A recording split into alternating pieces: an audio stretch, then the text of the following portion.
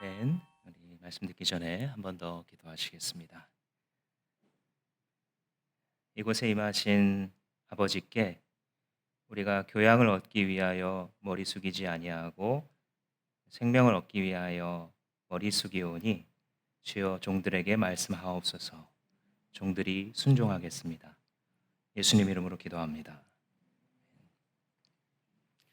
지난 시간에 영적 실패학에 대해서 다뤘습니다. 우리가 뭔가를 실패했을 때 계속해서 그 실패를 반복하는 것은 지혜롭지 않다.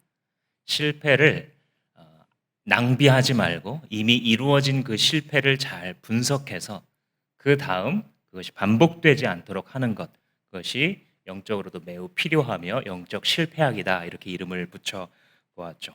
첫 번째 무엇이 필요했는지 기억나십니까? 내가 실패했다고 여겼을 때, 지금 지나가고 있는 이 순간이 내가 넘어져 있는 순간이라고 여겼을 때 제일 먼저 주님께 부르짖으라 라고 얘기했습니다.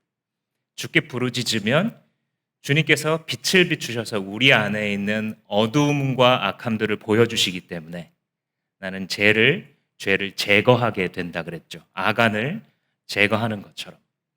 그리고 죄를 제거하면서 주님께서 지혜를 주시기 때문에 주님의 지혜를 막 사모하는 것. 그리고 마지막으로는 우리가 삶을 하나님 앞에서 살아나갈 때, 다시 일상 속으로 들어갈 때 과정은 어떻게 해요? 성실하게, 결과는 감사하게 받으면서 살아가면 그 실패를 낭비하지 않고 딛고 일어서는 디딤돌을 삼을 수 있다는 사실에 대해서 여러분들과 나눴습니다. 어떤 성도님이 우리가 이제 위드 코로나, 포스트 코로나 시대 예배 회복을 위한 기도회, 이름이 너무 길어서 위코 포코 이렇게 이제 줄여봤죠. 위코 포코 기도회라고 하는데, 이거를 한다고 하니까 마침 자기가 이제 말씀을 듣고 나서 주님께 부르짖어야겠다라고 생각을 하는데 마치 교회가 자기를 도와주는 느낌이 들었다는 거예요. 그래서 이게 지금 나를 위한 거구나 싶어서 매일 밤 이 기도에 기도로 계기로 삼고 계신다고 했는데, 이런 분은 되는 거예요. 그러니까 주께서 말씀하셨잖아요. 종이 듣겠습니다 했잖아요. 근데 자기 일상 속에 우연이지 않은 주의 인도하심이 공동체를 통해서 역사하잖아요. 여러분, 이게 90%거든요. 공동체가 그래서 무서운 건데 하나님이 이렇게 인도하시는 게 90%예요. 성경을 읽어보시면 이런 분은 넘어졌지만 혹은 실패하였는지 모르겠지만 다시 일어서 승리를 향해서 가게 되는 겁니다. 오늘 두 번째 시간에는 그 나눴던 네 가지 중에 하나를 조금 돋보기로 들여다보려고 합니다.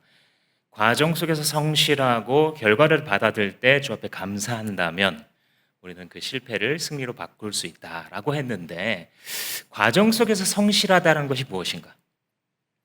결과를 받아들일 때 주 앞에 감사하다는 것, 이걸 한마디로 오늘 좀 정리를 해보자면 신실이라고 정리할 수 있습니다. 신실. 하나님 앞에 실패를 경험한 한 신앙인이 신실함을 가지고 간다는 것이 어떤 것인지에 대해서 오늘 본문을 통해 좀 더 살펴보려고 합니다. 여러분들 덥석 계약했다가 후회하신 적 있으십니까? 사회초년생 시절에 내가 이제 이렇게 월급을 받았구나 하면서 덥석 차를 할부로 계약했어요. 근데 지나다 보니까 너무 힘든 거죠. 잘못된 결정이었구나. 후회할 수도 있고요. 집을 사기로 덥석 계약을 했어요. 사업을 하면서 뭔가를 덥석 계약을 했어요. 대수롭게 생각하지는 않았는데 그냥 어떤 희망에 부풀어서 했는데 나중에 시간이 지나고 나서 그게 내 발을 옥죄는 경험, 우리가 살아가면서 한두 번씩 하게 되죠. 본문에서 이스라엘 백성들이 덥석 조약을 맺었어요. 기브온 사람들과. 깊게 생각하지 않고 그것이 자기들에게 발목을 붙잡는 것이 될지를 모르고 이제 그렇게 한 겁니다. 큰 실수를 한 경험을 또 다루어 주고 있어서 이게 우리한테 너무 좋은 배움이 되는 교과서인 것입니다. 그 대상이 누구였냐면 기브온 사람이라고 나오잖아요. 이 기브온 사람들은 사실 가나안 7족속이 있어요. 기르가스 족속, 여부스 족속. 근데 그 중에서 히위 족속이라는 이 족에 속하는 한 부류의 사람들, 한 동네 사람들이에요. 그래서 이 기브온 사람들이 사실 이스라엘이 있던 곳에서 멀지 않습니다. 이스라엘이 어디에 있었냐면 여리고성을 주둔지로 해서 아이성을 치기도 하고, 그리고 그 바로 위에 길갈에 올라가서 단을 쌓기도 하고, 이런 걸 이제 하고 있었어서 그 길갈에 지금 주둔을 하고 있었습니다. 근데 거기서 불과 한 30km, 2, 30km밖에 떨어지지 않은 동네가 기브온이에요. 그러니까 뭐 시간 만에 갈 수 있다 이건 아니지만 하루 이틀 만에도 빠르면 갈 수 있는 거리가 바로 기브온이라는 도시였어요. 그런데 가까이 있는 도시라는 걸 알면 다 멸망당할 것을 직감한 이 기브온 족속들이 이스라엘에게 꾸미면서 찾아옵니다. 아주 먼 나라에서 온 것처럼. 그래서 먼 길을 왔기 때문에 지금 준비한 이 음식도 상했고, 포도주, 음료를 가지고 왔었더니 가죽 부에도 다 헤어진 것처럼, 사실은 자기 집에서 그렇게 만들었는데 일부러 그걸 가지고 와서 보세요, 우리가 얼마나 멀리서 왔는지. 그런데 우리는 당신들과 화친 조약을 맺고 싶습니다. 이게 이제 목적이었죠. 그걸 보고서 이 이스라엘 사람들이 어떻게 해야 될지도 주님 앞에 물어보지도 않고 그냥 계약을 탁 합니다. 여호수아서 9장 14절에서 15절 말씀을 한번 보시면, 사실 이제 이번 주가 아닌 그 지난주 큐티였는데요. 이스라엘 사람들은 어떻게 해야 할지를 주님께 묻지도 않은 채 그들이 가져온 양식을 넘겨받았다. 여호수아는 그들과 화친하여 그들을 살려준다는 조약을 맺고 그것을 지키기로 엄숙히 맹세하였다. 이게 왜 문제가 되냐면요, 하나님께서 가나안 땅을 들여보내실 때에 어떻게 하라고 하셨어요? 가나안 땅에 있는 그 적들을 다 심판하라 그러셨어요. 이스라엘은 어떤 의미에서는 하나님의 심판의 칼날이에요.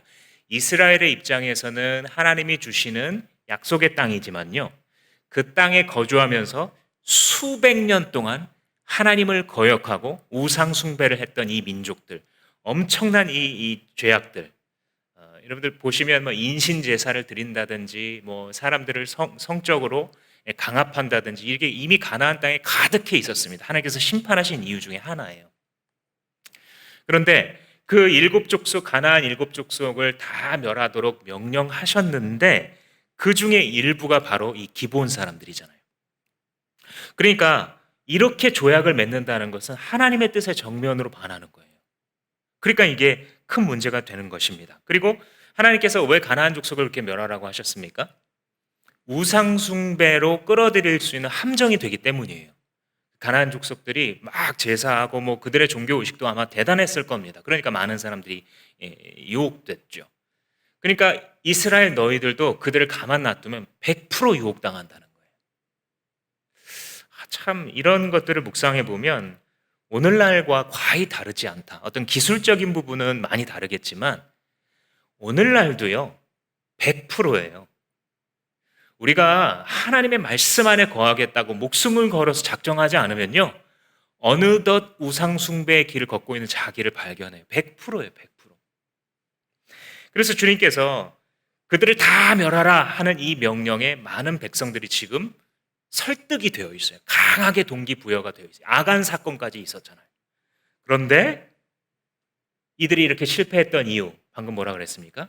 여호와께 묻지도 않고. 이게 실패의 원인이었던 거예요. 하나님께 묻지 않으면요, 속아서 살게 되어 있어요. 그죠? 하나님의 뜻을 구하지 않으면요, 우리는 늘 뭔가에 당합니다. 속아서. 보이지 않으니까.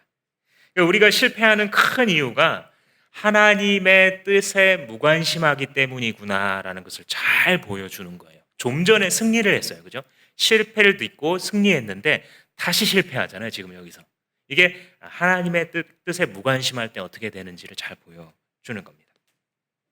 그래서 첫 번째로 우리가 살펴보고자 하는, 우리가 신실하게 과정과 결과를 주님 앞에 살아가는 게 바로 실패를 딛고 일어서는 방법이다라고 했는데, 첫 번째 신실이라는 것은 한번 따라 하시겠습니다.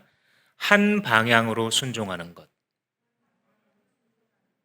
신실이라는 것은 시간이 거듭되고 지속되어도 한 방향을 향해서 계속 순종하는 것. 그게 신실이에요. 지금 보시면 이 이스라엘 백성들이 여리고에서 승리했어요, 패배했어요? 승리했어요, 믿음으로. 그 다음에 아이에서 승리했습니까, 패배했습니까? 패배했어요, 신실하지 않아서. 근데 하나님께서 그 죄를 제거할 수 있는, 부르짖었을 때 길을 내셨고 제거한 다음에 아이성에서 다시 승리를 하게 되죠. 그런데 아이성을 승리한 이 사람들이 기브온 앞에서 또 넘어지고 있는 거예요. 그러니까 자꾸 이랬다 저랬다, 일어섰다 넘어졌다, 하나님을 의지했다가 안 했다, 계속 이걸 이제 반복하고 있는 모습인데, 참 적나라하죠. 성경을 하나님의 말씀으로 보자면 우리의 삶 어떻습니까? 제 삶을 이렇게 이 거울에, 말씀의 거울 앞에 비춰봤더니 참 적나라해요. 내 삶이. 그죠? 계속 주님을 사랑한다고 했다가 전혀 아닌 행동했다. 주님께 나를 드리겠다고 했다가 정말 이기적으로 행동하고 정말 육신적으로 살아갔다가, 이거 반복하잖아요. 근데 신앙이라는 것은 그렇게 살아가서는 아무것도 이룰 수 없어요. 일어났다 앉았다, 이랬다 저랬다를 반복하는 신앙인은요, 어떤 열매도 거둘 수 없습니다. 왜냐하면 신앙이라는 것은 신실함이거든요. 잠시 막 열심을 내는 것, 그것은 신앙이 아니에요. 신앙이란 한 방향으로 오래 순종하는 것이고, 그것이 바로 하나님이 우리에게 가르쳐주고 싶은 신실입니다. 신앙의 가장 마지막 얼굴, 가장 밑바탕이 되는 얼굴은 신실이에요. faithful, 이렇게 신실을 번역할 때 faithful이라고 번역을 하거든요. 그게 뭐냐면 faith, 믿음이 우리 안에 가득해 있어서, full, 가득해 있어서 믿음이 가득한 사람처럼 행동하는 거예요. 근데 그 첫 번째 특징이 뭐냐면요, 믿음이 가득한 사람은 막 열심을 냈다가 기분이 탁 틀어지면 픽 쓰러졌다가, 조건이 주어지면 또 막 많은 시간으로 하나님께 하다가 또 조건이 좀 안 되는 것 같으면 다 취소했다가, 이것의 반대예요. 자기 삶의 조건이나 기분이 출렁이죠. 이게 너무 당연한 거예요. 그죠? 세상도 출렁이고 내 기분도 출렁이는 게 당연한데, 내 안에 계신 예수가 충만하셔서 믿음으로 충만해서 이게 흔들리지만 붙잡고 가는 거예요, 주님. 그래서 한 방향을 계속 바라보고자 하는 것, 이게 신앙의 중요한 본질입니다. 한 길 가는 순례자라는, 제가 여러분들한테 권하고 싶은 신앙의 도서가 있어요. 거기서 유진 피터슨이 한 가지 중요한 이 이미지를 갖고 들어와서 설명을 하는데, 관광객과 순례자를 비교를 해요. 관광객이라는 건 뭐냐면 어떤 명소에 가가지고 그걸 구경을 하기도 하고 먹고 신나는 시간을 보내고 돌아오는, 이게 이제 관광객이고, 순례자라는 것은 뭐냐면 뭐 어떤 종교나 이 성지 같은 게 있잖아요.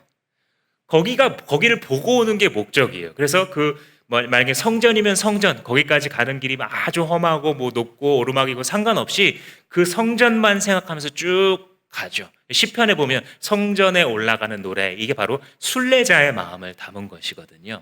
근데 이제 신앙인들이 과연 무엇이냐를 설명하는 거예요, 이 저자가. 신앙인은 과연 관광객이냐 아니면 순례자냐. 근데 그가 볼 때 오늘날의 교회는 마치 많은 관광객들이 기분 좋게 올 수 있도록 그들의 구미에 맞춰서 개발한 투어 프로그램 같다는 거예요.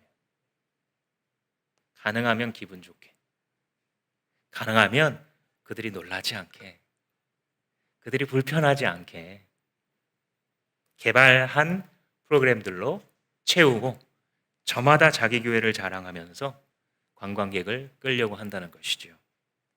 그 속에서 그리스도인들은, 즉 그들에게 주어진 종교 틀 안에서 목적도 없이, 그리고 순종도 없이 그저 일회성 쾌락을 향하여서 나아가는 사람들과 같다라는 것이죠. 그런 면에서 관광객으로서 신앙생활을 하고 있지 않은가라고 이 저자가 찌르는 거예요. 이 관광객이라는 사람들은요, 지금 가고자 하는 데가 최종 목적지가 아니에요. 그게 최종 목적지가 아니기 때문에 그냥 가서 즐기고 돌아오면 그뿐이에요.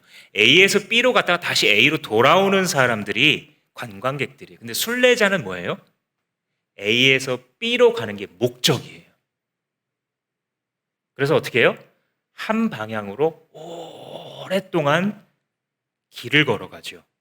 그 방향을 계속해서 바라봐요. 그 길은 출렁일 수도 있는데요. 그래도 A로 다시 돌아오지 않아요. 그래서 그리스도인들은 어떤 사람이냐면 지금 이미 여기 임해 있는 하나님의 나라를 붙잡고 살면서 아직 완성되지 않은 그 하나님의 나라에 다다를 때까지 그 걸음을 멈추지 않는 사람들. 비바람이 불어서 잠시 곁으로 피해 있을 때도 있고 자기가 발을 헛디뎌서 넘어질 때도 있지만 그 길을 멈추지 않아요. 계속해서 걸어가는 사람들, 목적지가 있는 사람들.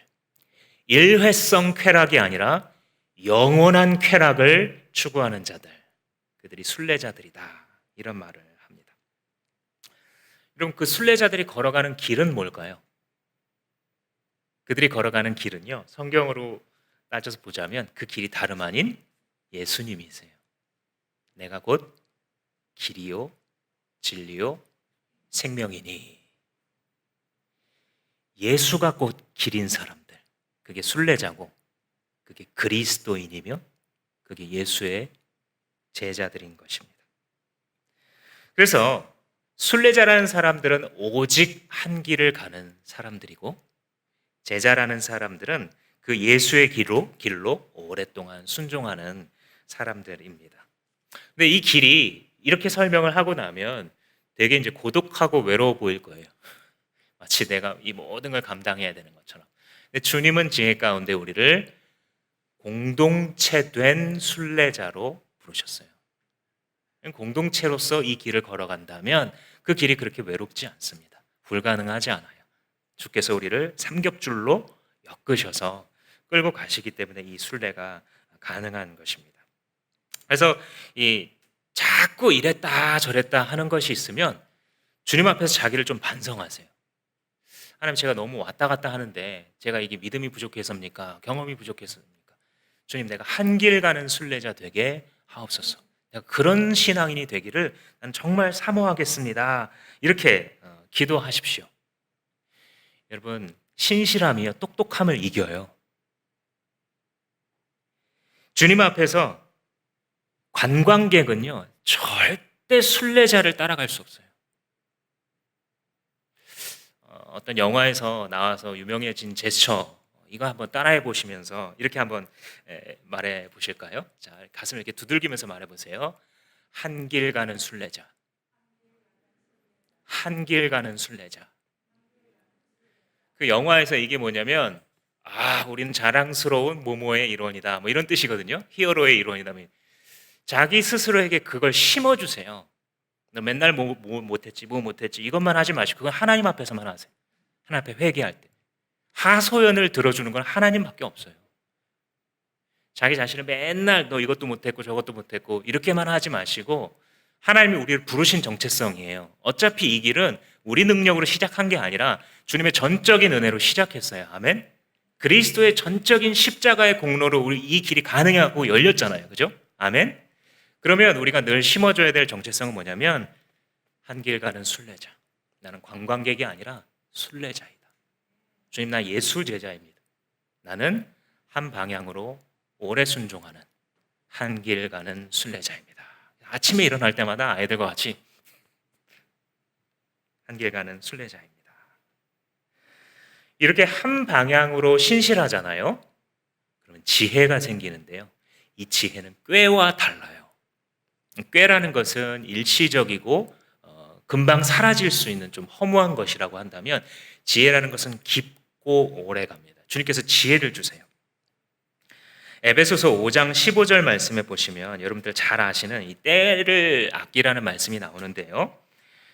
그런즉 너희가 어떻게 행할지를 자세히 주의하여 지혜 없는 자 같이 하지 말고 오직 지혜 있는 자 같이 하여 세월을 아끼라. 때가 악하니라. 이게 바로 뭐냐면 순례자에게 주님께서 주시는 지혜거든요. 때를 아끼는 지혜예요. 그러니까 어떻게 행할지를 자세히 주의하여 세월을 아끼라라고 하잖아요. 그러니까 순례자가 아닌 사람들은 어떤 면에서 삶을 살아갈 때에 자기의 시간이 다 흩어지는 사람들이에요. 뭔가 하긴 했어요. 그 시간 속에서. 지난 일주일간, 지난 한 달간, 2021년을 9개월간 살아오면서 뭔가 하긴 했어요. 그러니까 시간이 지나갔죠. 근데 뭘 했니? 라고 물으면 올해 내가 무엇을 했는가, 내가 9월달 한 달 동안 무엇을 했는가 물어보면 막상 대답할 게 없어요. 내 손가락 사이로 파편화되어 살아버린 시간의 흔적들만 있는 거예요. 순례자는 뭐예요? 그 세월을 건져 올려서 뭔가 했어요. 그리고 그게 다 한 방향으로 엮여질 수 있어요. 누가 물어보면 대답할 수 있어요. 누가 물어보면 간증할 것이 여러분들의 가슴속에 항상 있게 하십시오. 하나님은 신실한 자에게 항상 간증거리를 주십니다. 여러분들 목장 모임이 이제 성숙화되고 제대로 궤도에 올라가면 반드시 나타나는 증거가 있는데 뭐냐면 목장 모임이 기다려져요. 왜냐하면 간증할 게 있거든요. 지난달부터 우리 목자님과 함께 우리 목장 식구들 같이 기도해 줬는데 그게 된 거예요. 아니면 내가 생각지 않은 방향으로 물꼬가 트이게 되면서 이렇게 되면 더 좋구나, 이게 열린 거예요. 그게 계속 이루어지는 현장이 목장 모임이고 그 간증이 계속 이루어지기 때문에 VIP가 와서 보고 놀라는 거예요. 하나님이 하신 큰 일을 보라. 그게 공동체예요. 세월을 아끼라, 때가 악하니라. 그렇지요 주님, 나는 순례자인데 주님, 내가 이렇게 살면 안 되죠. 이건 인생 낭비잖아요. 잠깐 쾌락이 있었는지 몰라도 이건 시간을 헛사는 거잖아요. 주님께서 꾀가 아니라 지혜를 주시는 것, 그게 뭐라고요? 한 방향으로 오래 순종하는 순례자에게 주시는 특권이라서 이 순례자가 한번 넘어져서 실패했을지라도 이 지혜를 갖게 되면 다시 일어나게 되는 거예요. 갈 길이 정해져 있어요. 이미 주님 알려주셨기 때문에. 두 번째, 신실하다라는 것은 따라하겠습니다. 아버지의 뜻을 구하는 것.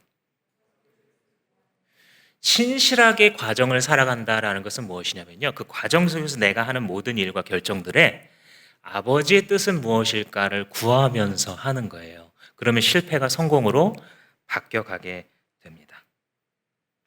우리가 신실하다라는 것은 아무 목적이 없이 성실하고 근면하고 열심히, 이것과 좀 차이가 있어요. 그런 열심히 하는 것도 물론 있습니다만 목적 없이 열심히 사는 사람처럼 무지한 사람이 없어요. 여러분들 어떤 일을 같이 하는데 자기의 상사가 직장에서 열심히 하는데 지혜 없는 상사 만나보셨습니까? 밑에 있는 사람들 죽습니다. 3달 동안 새가 빠져라 이랬는데 그게 아니어서 다시 하자, 다른 거 이거래. 밑에 있는 사람이요, 상의가 다 꺾여요.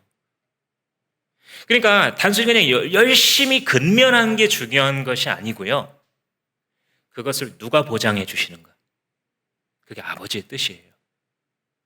유능한 리더이신, 세상의 최고의 리더이신 우리 아버지께서 나를 지금 우리들을 어디로 이끌어 가시는가에 민감할수록 이 사람은 그 신실함을 성공할 수가 있는 거예요. 그래서 아버지의 뜻을 구하는 게 성공의 키 중에 키입니다. 이걸 보여주신 분이 예수님이거든요. 요한복음 6장 38절에 보시면 예수님이 이 땅에 내려오셔서 신실히 뭔가를 보여줘요. 내가 하늘에서 내려온 것은 내 뜻을 행하려 함이 아니요, 누구의 뜻이요? 나를 보내신 이의 뜻을 행하려 함이라. 이게 신실의 정의예요. 주님, 내 뜻이 아니라, 때로는 내 뜻도 있지만 내 뜻이 아니라 아버지의 뜻을 행하러 내가 목숨 붙어 있는 거 아닙니까? 이게 예수 제자들의 고백인 거예요. 이렇게 살아가면요 100% 승리할 수밖에 없습니다. 예수님이 보여주신 거예요. 이 땅에 일부러 내려오셔서 얘들아 나를 따라가자. 그러니까 예수님이 이 땅에 내려오셔서 십자가 위에서 죽으신 것도 우리에게 결정적인 구원을 허락하시지만 예수님의 삶이 있잖아요. 죽음 이전의 삶. 그 삶의 과정 속에서 살아갔던 과정을 한 단어로 요약해 보라고 한다면 여러분 뭐라고 요약하시겠어요? 아마도 많은 분들이 신실이구나, 아버지의 뜻을 구하는 faithfulness, 신실함이었구나라는 것을 관찰하시게 될 거예요. 그래서 예수님이 마태복음 7장 21절에 보면 자기 제자들에게 해주신 말이 있어요. 약간 뜨끔하게 이렇게 말씀하셨어요. 나더러 주여 주여 이렇게 입으로만 나 주님 믿어요, 나 예수 믿고 구원받은, 이런 사람이 다 천국에 들어가는 게 아니고 하늘에 계신 내 아버지의 뜻을 구하면서 사는 순례자들, 그들이 들어간다라고 말씀하셨어요. 이걸 막 복잡하게 생각하면서 또 막 설명을 합니다. 뭐 그런 게 필요할 수 있어요. 신학적으로 뭐 행함이 뭐 먼저냐, 구원이 먼저냐. 근데 그 이전에 예수님이 이 말씀 왜 하시는지를 한번 생각해 보세요. 누구는 구원받고 누구는 구원 못 받고 어떤 기준을 제시하고 계신 게 아니라 나한테 지금 말씀하시는데 너가 내 제자라고 한다면, 참 제자라고 한다면 너한테 이런 증거가 나타날 거야. 그게 뭐냐면 아버지의 뜻이 소중한 사람. 주여, 내가 나의 뜻을 행하러 온 것이 아니라 나를 보내신 이의 뜻을 행하러 왔나이다. 이 입술의 고백이, 이 마음의 결단이, 그 삶의 헌신이 내 제자에게는 있을 거라는 거예요. 내 제자가 아닌 사람들은 입으로만 한다는 거예요. 그거를 립 서비스만 하다가 그냥 죽어가는데, 그것은 내가 볼 때 나를 진정으로 믿은 구원받는 신앙 아니라는 거예요. 아버지의 뜻대로 살지 않고 만약에 우리 뜻대로 살잖아요. 그럼 결과가 어떻게 될까요? 뭐 스토리는 생깁니다. 막 굉장한 인정을 받기도 하고, 막 실패할 뻔했는데 막 7008기에서 인생은 7막 8장이라면서 막 사람들 앞에 스포트라이트를 받기도 하고. 근데 그 결국은 허망함입니다. 왜냐하면 보내신 이의 뜻이 그거였거든요. 자기를 이 세상에 창조하시고 보내신 이의 뜻이 있는데, 그 뜻이 아니라 자기중심적으로 세상을 바라보면서 자기가 결단한 것들을 따라서 계속 살다 보면 그 끝이 허망한 게 당연하죠. 나를 보내신 이의 뜻이 저기 무관심한 방 안에 들어가 있는데. 그래서 누가복음 12장에 예수님이 어떤 부자의 비유를 하시면서 그 부자의 삶의 허망함에 대해서 이렇게 얘기하세요. 누가복음 12장 20절에 하나님은 이르시되 어리석은 자여, 오늘 밤에 내 영혼을 도로 찾으리니 그러면 네 준비한 것이 누구의 것이 되겠느냐. 이 문맥 기억나시죠? 그러니까 어떤 부자가 사업이 계속 잘 되는 거예요. 투자자들이 막 몰려들어요. 오늘날로 말하자면.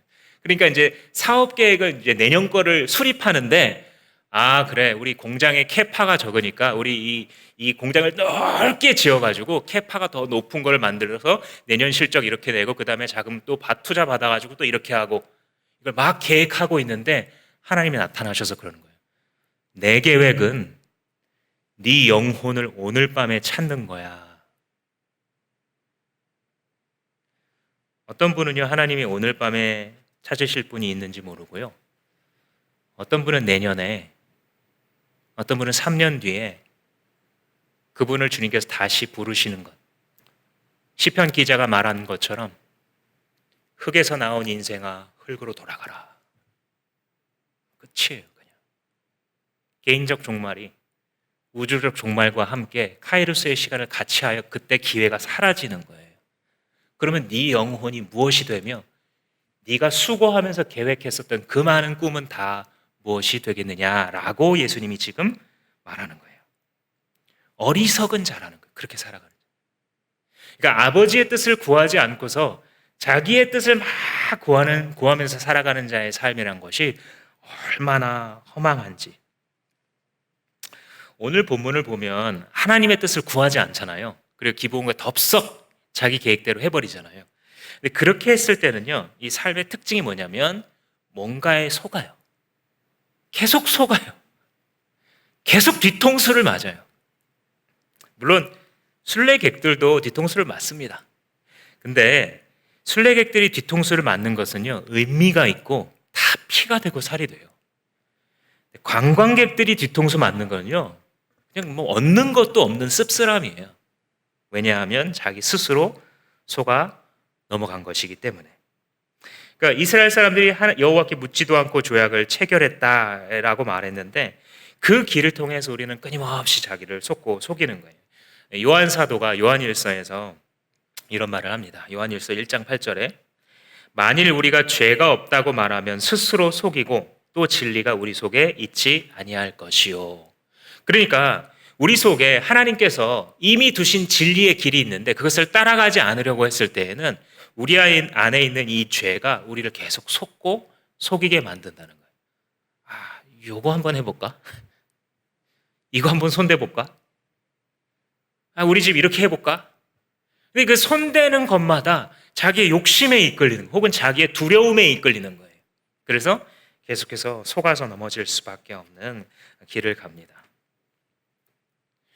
여러분, 그 현존한 세계 최대의 배가 뭔지 혹시 아세요? 이전에는요, 기네스북에 기록된 제일 큰 배가 일본이 1970년대에 지었던 자르 바이킹이라는 배라고 해요. 350m 정도 된대요. 길이가 엄청나게, 축구장 몇 개를 막 이렇게 놔뒀다고 생각하시면 되는데, 배가 그만큼 큰 배를 지어서 기네스북에 올라와 있었는데, 최근에 우리나라가 그걸 깼죠. 2017년부터 생산되기 시작한 프렐루드라는 배가 388m예요. 63빌딩을 수평으로 눕혀놓은 길이의 2배 정도 되는 배가 떠서 다니는 거예요. 하나님의 뜻을 구한다는 것은요, 마치 우리가 하나님 앞에 살아가는 게 커다란 배 위에 있는 것 같아요. 그래서 이 배가 가는 방향을 알건 모르건 배는 그 방향으로 가요, 그냥. 그 안에서 사람들이 놀고 먹던, 아니면 뭔가를 열심히 일하건, 아니면 누워서 있건, 슬퍼서 울고 있건, 아니면 막 즐거워서 춤을 추고 있던 간에 그 방향으로 가요. 다 같이 한 방향으로 가요. 그게 하나님의 뜻이에요. 그 지혜로운 사람들은 하나님의 뜻은 무엇일까? 하나님이 지금 무엇을 이루려고 하실까? 나의 삶을 통해, 우리 교회 공동체를 통해 주님이 무엇을 하려고 하실까?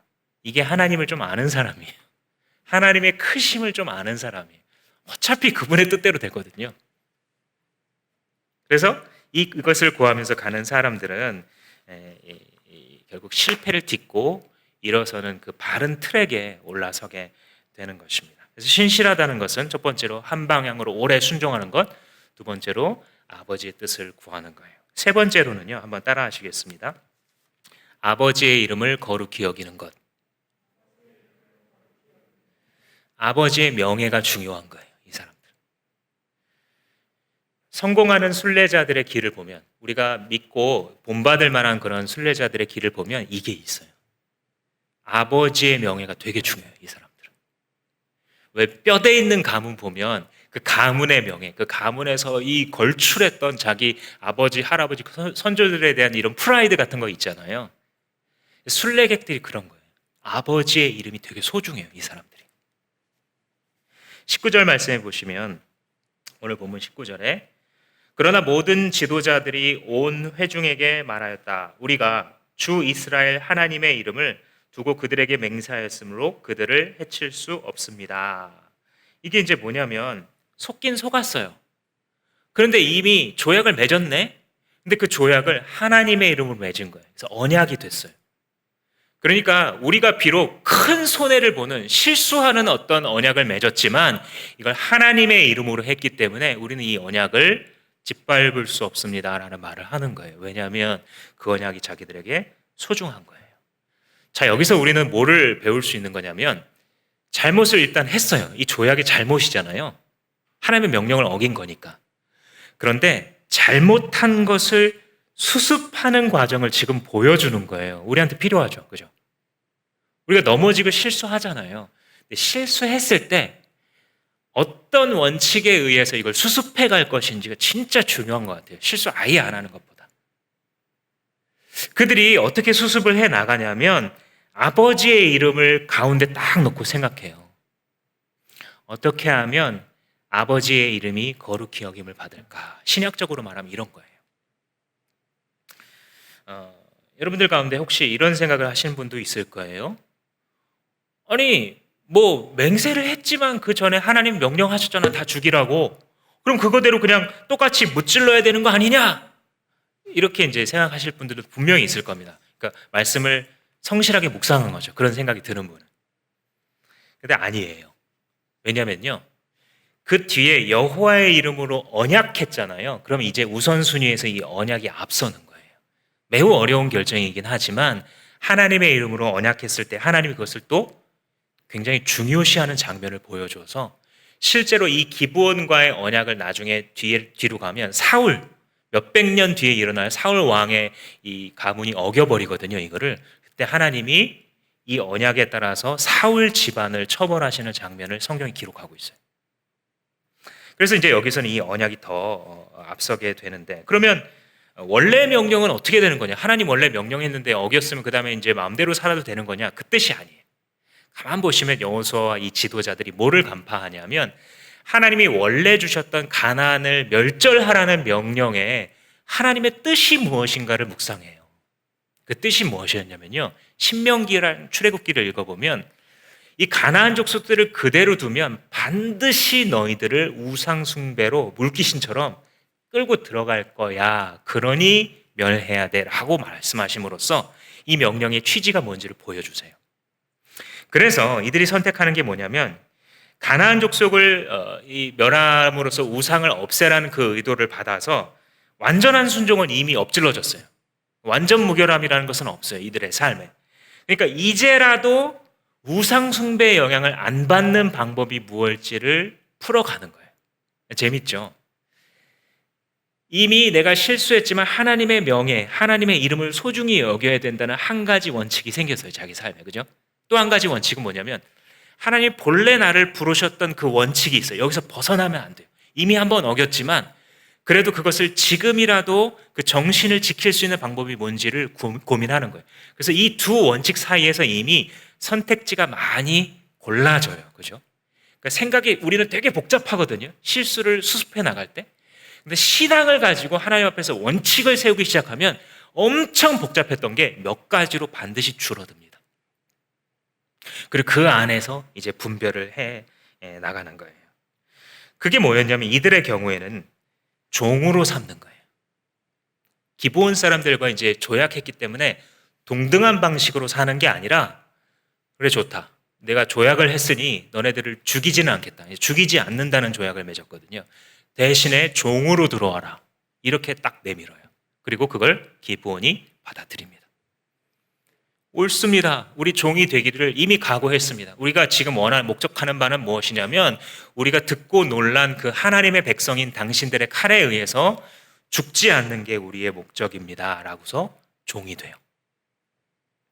그러니까 생각해보면 사실 이 여호수아 입장에서도, 아 그래? 그럼 지금이라도 그냥 기브온 쳐! 하고 싹 없애버리면 좀 손쉬운 해결책일 수도 있어요.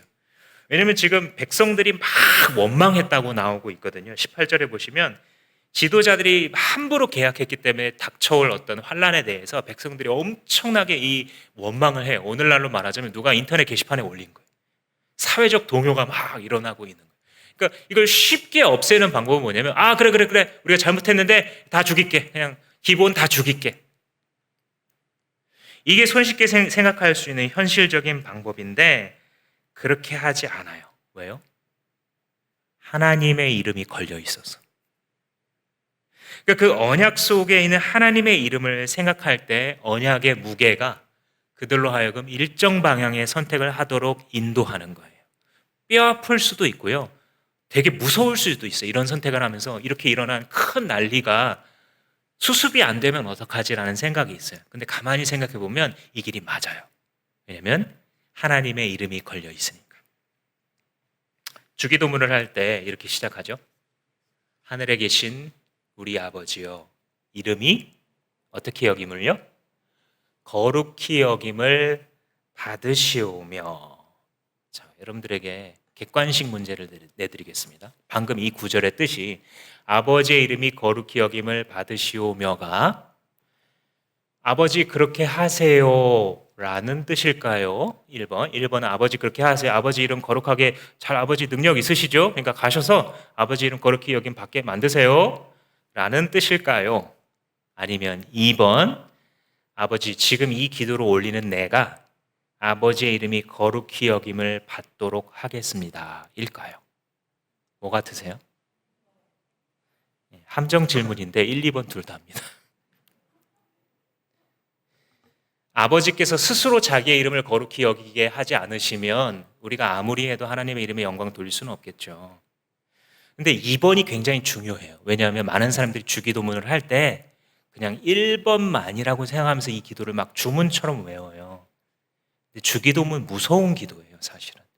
예수님이 너희 이렇게 기도하라 라고 주신 유일 샘플, 그게 뭐냐면 첫 마디가 아버지의 이름이 거룩히 여김을 받으시오며 주 앞에 우리가 고백할 때 우리는 거기에 헌신하는 거예요. 아버지의 이름이 아버지의 피조세계, 그러나 아버지를 버리고 지금은 아버지 가슴에 대못받고 있는 이 세상 가운데에 먼저 생명의 눈을 뜬 우리들이 주의 이름이 거룩하고 귀중하게 취급받도록 살아가겠습니다라는 결단의 기도예요.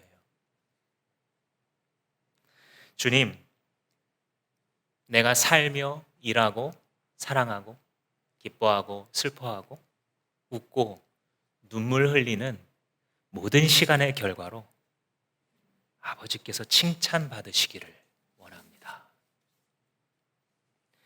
주님, 모든 피조물과 구별되는 하나님의 하나님 되심이 인정받는 것을 목표로 내가 살아가겠습니다. 그것이 바로 아버지의 이름이 거룩히 여김을 받으십시오. 하나님의 이름으로 맹세했기 때문에 어길 수 없소 라는 이 말씀의 뜻입니다. 그래서 우리가 이렇게 살아가면 선택이 조금 쉬워져요. 여전히 선택이 정말 쉽다라는 건 아니에요. 현실 속에서 분간하기가 쉽지가 않잖아요. 구체적이고 세상에서 뭐가 정말 아버지께서 하나 정해주셨으면 좋겠는데 그렇지는 않아요. 여전히 내가 선택해야 돼요. 그런데 이런 생각을 하는 순례객들에게 있는 혜택은 뭐냐면요, 선택지가 거의 다 지워져요. 그냥 이 두 가지 원칙을 가지면 이건 아버지의 이름에는 너무 먹칠을 하겠구나, 나한테 당장 이득은 될지 몰라도, 그죠? 이거는 아버지께서 처음에 부르신 그 방향과는 전혀 맞지 않구나, 이렇게 뭉탱이로 사라져요. 그리고 하나 정도의 그룹이 남게 돼요. 그 안에서 기도하면서 결단하면서 나아가는 거예요. 이게 사실 속이려고 하면요, 끝없이 복잡해지거든요. 어떤 선택을 하면서 자꾸 뭘 하나를, 이게 꼼수를 부리고 꾀를 부려서 하려고 그러잖아요. 그럼 그걸 뒷받침해줄 계속 구린 일들을 계속 해야 돼요. 살아가면서. 얼마나 괴로운 일이. 어렸을 때 부모님한테 거짓말 해보셨어요? 하나 하면 하나로 끝나는 법이 보통 없어요.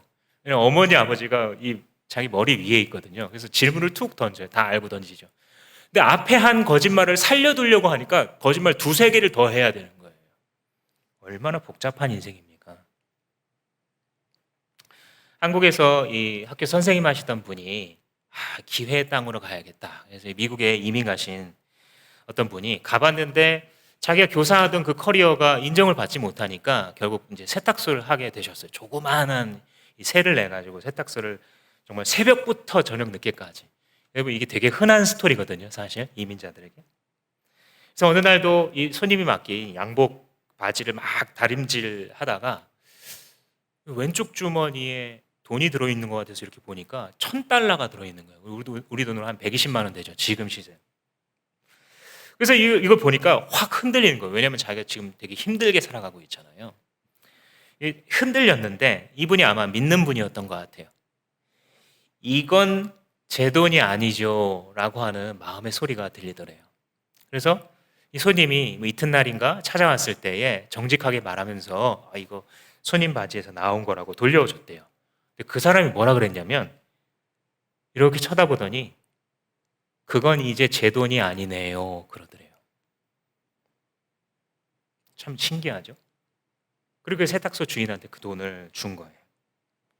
근데 이게 그냥 끝나질 않았고 훈훈한 일이어서 그런지 기자들이 찾아온 거예요. 그래서 일간지에 이런 일도 있더라, 이런 세탁소도 있다 하면서 실린 거예요. 그러니까 일이 잘 되겠어요, 안 되겠어요? 잘 되기 시작한 거예요. 혼자 시작했던 이 세탁소가 한 20명 정도의 종업원을 두고 일하는 그런 이제 기업 세탁소로 바뀌게 된 거예요. 근데 이제 세월이 더 흐르면서 이 기사를 눈여겨봤었던 어떤 항공사 부사장이 그 도시에 올 일이 있어서 그 세탁소에 들러서 말을 한 거예요. 제가 이 세탁업소 중에 정직한 데를 찾기가 너무 힘들어서 그동안 계속 업체를 바꿔오다가 당신한테 우리 이 항공사에 들어오는 세탁물을 좀 다 맡기고 싶은데 정직하게만 해달라고, 비용은 상관없다고.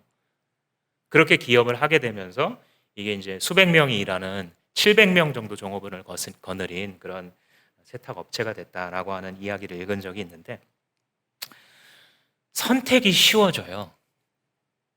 주님의 백성으로 살겠다라고 한다면 선택을 내리는 순간은 괴로울지 모르지만요. 그 선택을 내리는 과정이 복잡하고 어려운 게 아니라 쉽고 단순한 게 이게 특징이에요.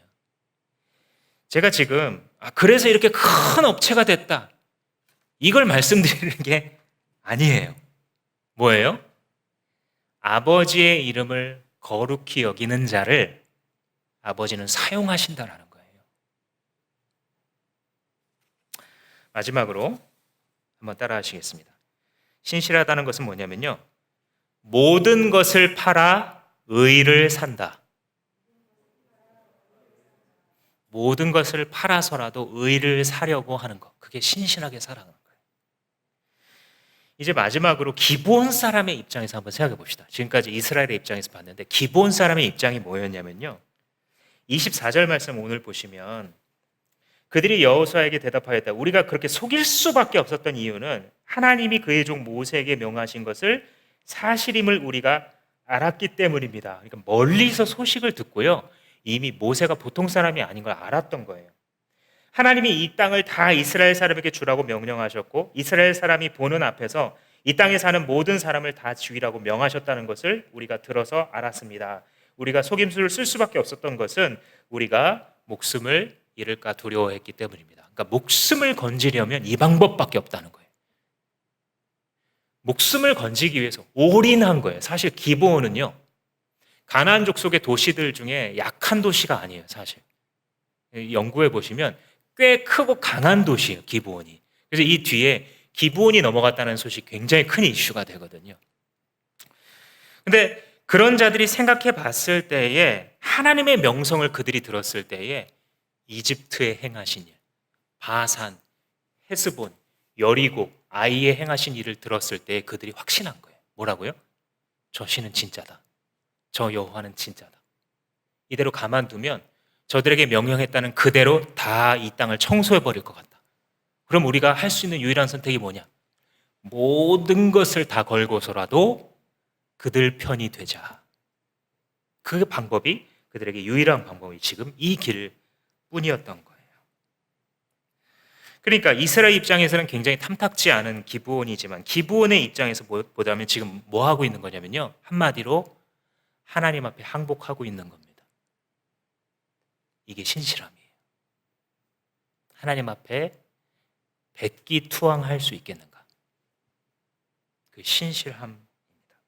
왜냐면요, 지금 정복해 들어오는 하나님 나라 앞에서 막 계산하고 재고 있는 것은 하나님의 순례객들이 하는 일이 아니에요. 어찌 보면 이스라엘보다 더 크신 하나님의 계획 가운데 이미 기브온을 향하신 하나님의 세밀한 계획이 있었던 것 같아요. 자기 나라로 밀고 들어오는 하나님 나라 앞에서 백기투항하고 그 하나님 나라의 일원이 되는 사건이 지금 기브온의 입장에서 보면 일어나고 있는 겁니다.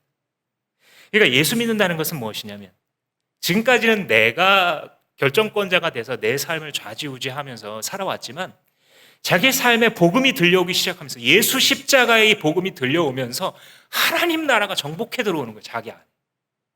그때 요거 조금 남겨두고 저것도 한 50% 정도 투자하면서 주님 나도 이쁘지요 이렇게 하는 게 아니라 백기투항하는 거예요. 좋아요, 종이든 뭐든 좋아요. 당신 나라의 일원으로 살려만 주신다면, 구원만 해주신다면, 주님 나라에 임하실 때에 나를 받아만 주신다면, 주님 내가 가진 모든 소유와 나의 모든 목숨과 삶을 들여서라도 당신의 나라 앞에 나는 항복합니다. 이것이 신실이에요. 그래서 어쩌면 순례객들은 살아가면서 많은 고통을 당한다 할지라도 이길 수 있는 것 같아요. 이미 다 던졌기 때문에, 이미 주 앞에 다 투항했기 때문에. 예수께서 메시아가 오시기를 예언하면서 시편 기자가 시편 2편에서 뭐라고 예언을 했냐면 아들에게 입맞추라, 그러지 않으면 길에서 멸망하리라, 이렇게 막 명령하거든요. 그래서 예수께서 이 땅 가운데 내려오셔서 뭐라고 선포하시면서 복음을 전하셨는 줄 아세요? 전도할 때 회개하라, 하나님의 나라가 가까웠으니 복음을 믿으라. 똑같은 거예요. 여호수아라는 사람이 하나님의 군대를 밀고 들어올 때 그 앞에 항복하고 길을 돌이켜야 되는 것처럼 주님의 백성 되기를 원하시는 분 있죠. 지금 말씀을 들으시는 중에 왔다 갔다 하시는 분들도 계셨을 거예요. 뭐 너무 막 힘들 것 같아서 예수 믿는 게. 근데 여러분, 엄밀히 따지면 이건 그렇게 고민한 일이 아니에요. 예수라는 분이 그의 군대와 그의 나라를 가지고 당신의 삶 가운데 지금 쳐들어오셔서 당신 앞에서 이 살 길을 내어주시는 거예요. 이걸 아실 때에 당신의 영혼은 주님 그렇습니다. 당신의 나라에 내가 속하게 하옵소서라고 고백하시고 그분께 내 운명을 맡기십시오. 그분께서 세상 그 누구보다 당신 자신보다 당신을 사랑하셔서 가장 귀한 생명의 길로 인도하실 줄로 믿습니다. 이것이 바로 실패를 딛고 일어서는 영적 실패학입니다. 기도하시겠습니다. 하나님께서 당신에게 지금 뭘 말씀하셨다고 믿으시나요? 하나님께서 우리가 삶을 살아갈 때에 너 신실하게 한 방향으로 순종해 볼래?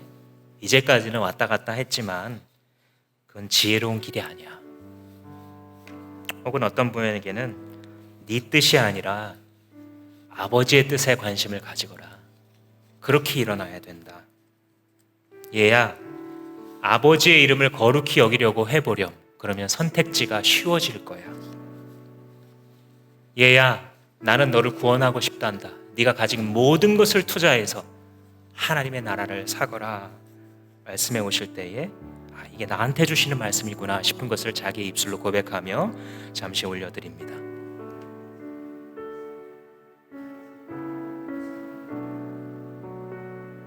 아버지, 나는 실패했습니다. 주여, 다시 일어날 때에 당신의 말씀이 임하게 하시고 임한 주의 말씀 속에 순종하여 결단하는 복이 있게 하여 주시옵소서. 아버지, 주님 앞에 신실하게 순종하겠습니다. 왔다 갔다 하지 않고 이랬다 저랬다 하지 않고 주님 막 열심을 냈다가 다시 육체의 일회성 쾌락을 추구했다가 주님 하나님의 나라를 사모했다가 이 세상에서의 편안함을 추구했다가 왔다 갔다 하는 것이 아니라 오직 주님 앞에 내가 가진 모든 소유를 팔아 하나님 나라를 사는 아버지 지혜로운 투자자가 되게 하시고 지혜로운 순례객이 되게 하시고 승리하는 예수 제자가 될 수 있도록 축복하여 주시옵소서.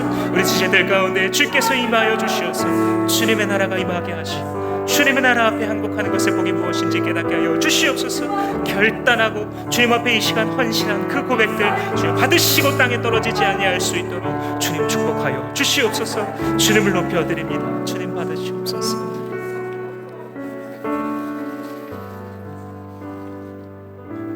온 우주 위에 가장 신실하신 우리의 아버지 하나님, 아버지께서 신실하시니 우리도 신실하기 원합니다. 아버지께서 거룩하시니 우리도 거룩하기 원합니다. 예수께서 구별된 삶을 사시고 그 길을 여신 대로 우리도 그 구별된 길 한 방향으로 오랫동안 순종하는 신실한 길로 걸어가기 원하오니 오 주여, 이 시간 넘어져 실패하여 용기를 잃은 지체들이 있습니까? 주님 찾아가 주셔서 친히 안아주시고 주의 길로 신실의 길로 끌어올려 주시옵소서. 예수님의 이름으로 기도합니다.